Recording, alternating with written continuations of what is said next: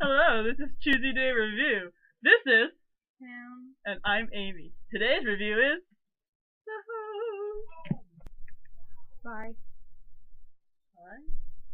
The Oh, host. by Stephanie Meyer. Now wait, before you hit that button and turn off, it's Wait. not what you think it is. Just pause, my partner friend. Yeah, just calm down. Howdy. Get your finger away from that button. Calm down.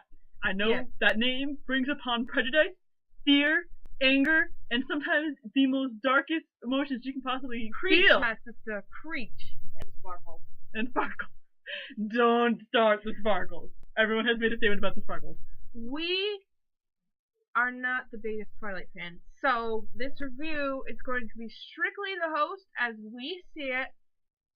There will not be fangirl squealing, no fangirl shouting, no oh my god, no Team Edward or Team Jacob. We don't care. I will state I like the first book, but other than that, that's it. I don't care about who's the who. And from here on, no more Twilight as much as we can help it at all. As much as we can help it. Not mentioning that book or the series at all. Okay. I will mention this one with Twilight. This book's better than Twilight. Yes, That's, I agree. like, literally 10 times in your face, oh my god, I did not expect this to be written by the same person. I was totally prejudiced, and it wasn't for the fact that I was bored and had nothing to do, and this was either to read this or have a 20-hour car ride by myself in complete boredom. Yes, I have a lot of car rides. We go to Florida a lot. This is there. So I picked it. I read it. Angrily. For the first 5 chapters. Then once the 6th chapter came in, I was just like... Yeah, the one thing I would like to say about this book, and a lot of, I wouldn't blame any of you for not wanting to give it the read. I get it. If you are one of those people that's like, I hate it. The first 5 chapters are informal chapters. They're giving you information. It's kind of, you're not there. It's boring. Yeah. I thought it was boring. I've read other books that people said were boring, and I loved them. So I still suggest you give it a try. But I'll let you know, once you get to a certain point, you're not gonna put it down. Nope. If you get to that point and you're like, I like the writing, which I feel is better than Twilight. I definitely feel like Don't go off the movie. No. No. Erase that. Shoot it from your mind with a 9mm gun. I haven't even seen the movie. Don't watch it. Don't watch it. I'm just we separate movies from books in our minds. It's at very least hard I know. At least I do. I do. When I go see a movie adaptation of a book, I always separate it from the book as much as I humanly can. Yeah, I always see it as a movie and not as a book adaptation. Anyway, returning to this. This book has, hang on, let me see. I think it's like 578 chapter pages. It has 619 pages. Not bad. It has, how many chapters does it have? 36? This is a... I don't think it has a thing. Yeah, it does. Does it? Should.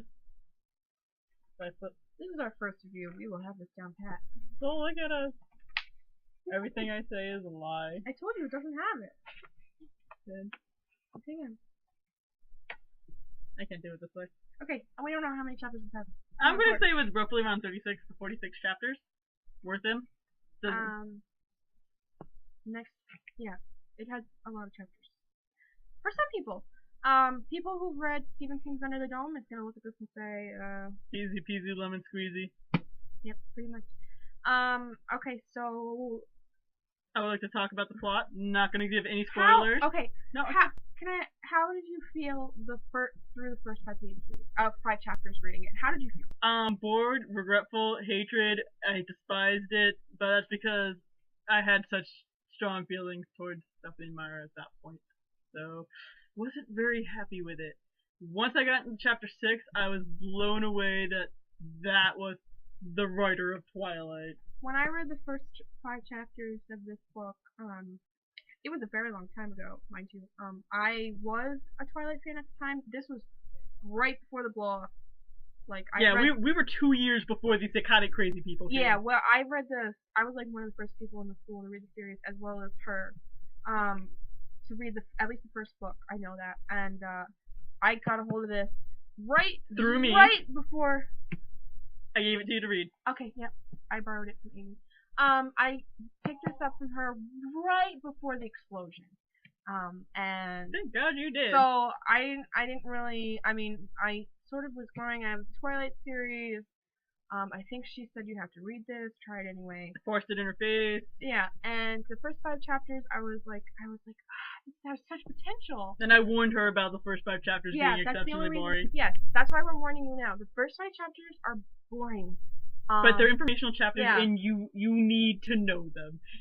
Sad to state, you really need to know it. And it's setting up everything, so you can't hold it against it for the first 5 chapters. Because the rest of it just blows your mind completely that you forget about it, and then you realize it incorporated everything so much in it, and if you haven't read it, you would have been so lost. I feel like if she was a little more experienced, she would have been able to separate the first 5 chapters into the story in order to make it interesting. I feel like a really good writer would have been able to do that and still keep it interesting. Do you agree? Yeah, so a good writer can keep and snag a person within the first 5 sentences. A good writer, I think, beginning is always the hardest. Mm-hmm. I'm gonna tell you, like, the first chapter is allowed to be boring because it's always the hardest one to do. Mm-hmm. But I feel like if she had been really, really, really good, she would have been able to span the information in with the action, in with the story, and made it so that it wasn't so boring. However, I still loved it.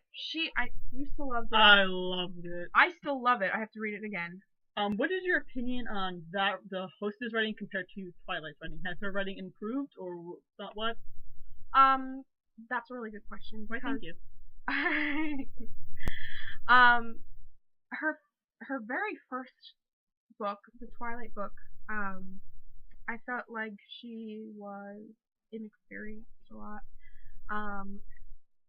Even in, like, I felt like she was maybe a good college level writer. She used a lot of the same words over again. May I say something? Yes. My twin stated this to me once, and I like to repeat it, and I give her credit because she gets angry when I don't give her one. Credit to Amy's twin Beth. Continue. For a good writer, they're able to create suspense and drama just with the situation. Stephanie Meyer, with her 4 books, created suspense and drama by creating more drama. She had a third party, she had a baby, she had a marriage, and these are really obnoxious, stereotypic dramas that everything does that we've seen over 1,000 times that we just want to shoot ourselves in the face, which is why everyone got so angry and annoyed with it.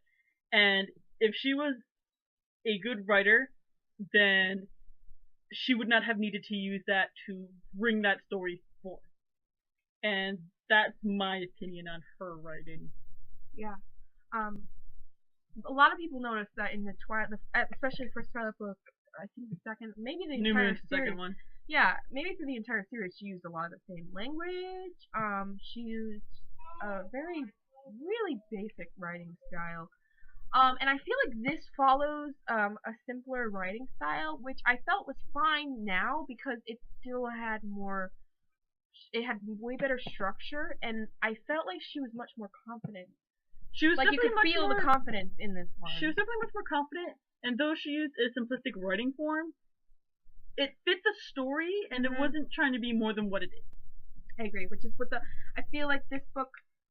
Okay, let's talk about the plot so that people, I get to talk about the plot because this is how I explained it to her when I made her read it. So you think it's gonna go this way, and then while you're driving down, you're like da da da da, and holy fuck, you need to do a U-turn, and you didn't see where you were going, but next thing you know, you're in flowers and sunshine and daisies, and it's so beautiful that you want to cry. That is literally the plot without giving you anything. Like okay, we'll give them a little. It's awesome. There we go. That's all you need. Just trust me. I'm the girl with the hat and no, glasses. No, you gotta give them a plot. You gotta give them the plot. Fine. Okay. So, it's about an alien. Now, before you freak out, I know how you are, or maybe how you're not. I don't know. Some people get really excited about aliens. I don't like aliens. I think they're played out. Alien versus Predator. Basically all over the place, all over the thing. Everyone's seen it 100 times. That's what I was expecting. No, it's basically about an alien. Everyone calls her Wanda, but her name's Wanderer. And she is basically this little ball thing. She looks like an insect. She looks like a jellyfish. Kind of like a jellyfish, but with little slivers for... Like a pill bug. I'm just going with a jellyfish with slim things. And what they do is they cut a incision into the back of the neck and put it in there and take over your body. And wait, okay, pause. First of all, she's not the only alien. There's more. We're talking about an entire race coming to Earth and cutting into humans and putting themselves. And this is like it's not like them taking it over. It's already been taken over. They have like maybe small pockets of survivors. And we have one of those survivors, Morgan? No. To start off with, this book doesn't start with the girl being an alien. No. It starts off with a human. Running away. A human girl. And is she with the companion in the beginning, or does she? Doesn't matter. Okay. We start off with the main character named Melody, and me being dyslexic read her name as something else, and I thought that was completely awesome, better than Melody, but that's besides the point. What did you think it was? Melena.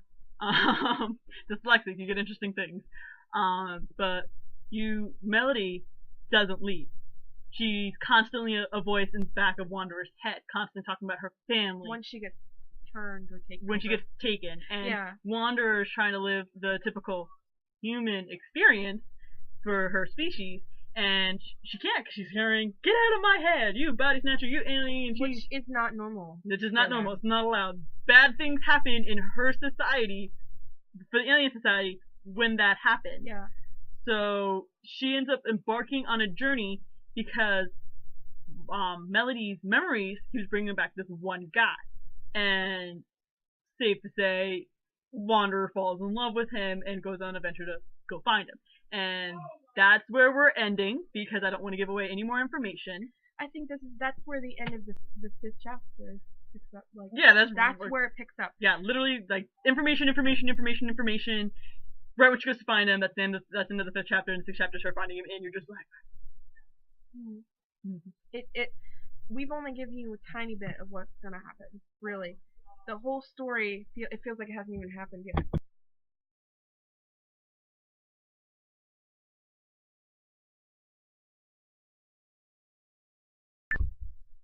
But yeah, I feel like the story hasn't even begun yet from there. Like that is literally just the beginning. Yeah, it's mind-boggling. Okay, great. So really good. We have like mainly like 5-6 characters. Like that's about it. You got Melody, Jared. I guess you can count Alan. He's kind of important. Jeb, the that lady, the one with the white. Who is the guy? Is that Jared? Yeah, there's Jared, and then they have the little brother. But like, yeah, 6 characters. And Jeb is my favorite. Freaking love Jeb. Oh, and I'd like to point out, I'm gonna say this just for those who are worried. There is no love triangle. I hate love triangles. I despise them. I feel as though I need to express that. No love triangle. You're fine. I really like how she ended this book. That's all I'm gonna say. I expected something different. Different, and you got something different. Yeah, I don't want to say which emotion kind of different, because I feel like that might give it away. But I expected something different, and she totally surprised me, which was good. You always want that kind of surprise. I was expecting Twilight, and in the beginning when I didn't get it, I was like, okay, I don't know where we're going. And I loved Take me on a journey! Take me on a journey, master! And when I started getting into it, I was like, okay, I have no idea what's gonna happen. I'll follow you, let's see what happens. And then at the end, I was just like, the ending, here's my spectrum of emotions that I felt at the ending. Happy, shock, amazement, excitement, because I was just like, oh. I'm a nerd. Whenever anything I kind of want to happens, I get really nerdy and excited. And sad, because this is perfect on its own, and it shouldn't have a sequel, but I wanted more. I'm rejoicing that she never made a sequel, and I hope to God she never does. Never does. Because she'll ruin it. Yeah, and usually that's a sign of a good story. When you want a sequel, every loose end was tied, but you still wanted more. Yeah, that's you still wanted more. What you need in the because you love the characters, you love the story, you love what was going on. So you're just like, I need to know more. I want to be in their daily life. I just want to know how their life ends up, how they die, do they have kids, that kind of thing. You know, like who has kids, who doesn't. I want to know if they have a great life. Yeah, how do they continue on? So you generally love the characters. However, especially I'm so glad she didn't. Yeah, because she 99% probably would have ruined it. Yeah, most sequels, unless it's a saga or something that you plan to make longer and don't have any loose ends set up in the first book, usually suck. And with her reputation of her series being one and it being atrocious, I am quite happy that she did not make a second one. And I love this one. But for our final stating conclusion, who would you recommend this book to? Who and I would definitely well, recommend. would you and who would you? I would recommend this book to. I would recommend this book to young audiences and maybe like mothers, grandmothers. Because I know a lot of mothers and grandmothers end up liking.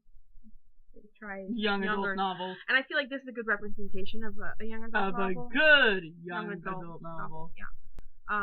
Tell Grandma to put down 50 Shades of Grey because that's not a good idea. And it's kind of funny that Grandma's reading 50 Shades of Grey. Yeah, and hey, and Grandma, your what mom, you doing today? And your mother, who's leaving it on the coffee table, tell her to pick this up. Dad, not so much. Grandparents, I'm not sure. You know what? If your dad likes to read, I mean, if he likes to really read, like he doesn't, then whatever. It's a good story. Yeah.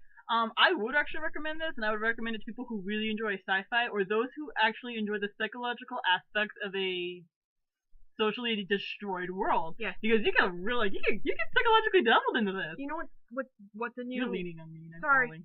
You know what the new fad is survival. And the apocalypse is sort of the new fad, and this is definitely, I mean, this is before its time. Like 6 years before it did that. This is before our time. It has to do with aliens, and it even kind of has to do with medical and how they deal with medical problems and that kind of thing. So definitely, I feel like this is fitting into the era now. I would read this now. Okay? Yeah, and I would recommend this to men, women, boys, girls. Don't watch the movie. Don't ever watch the movie.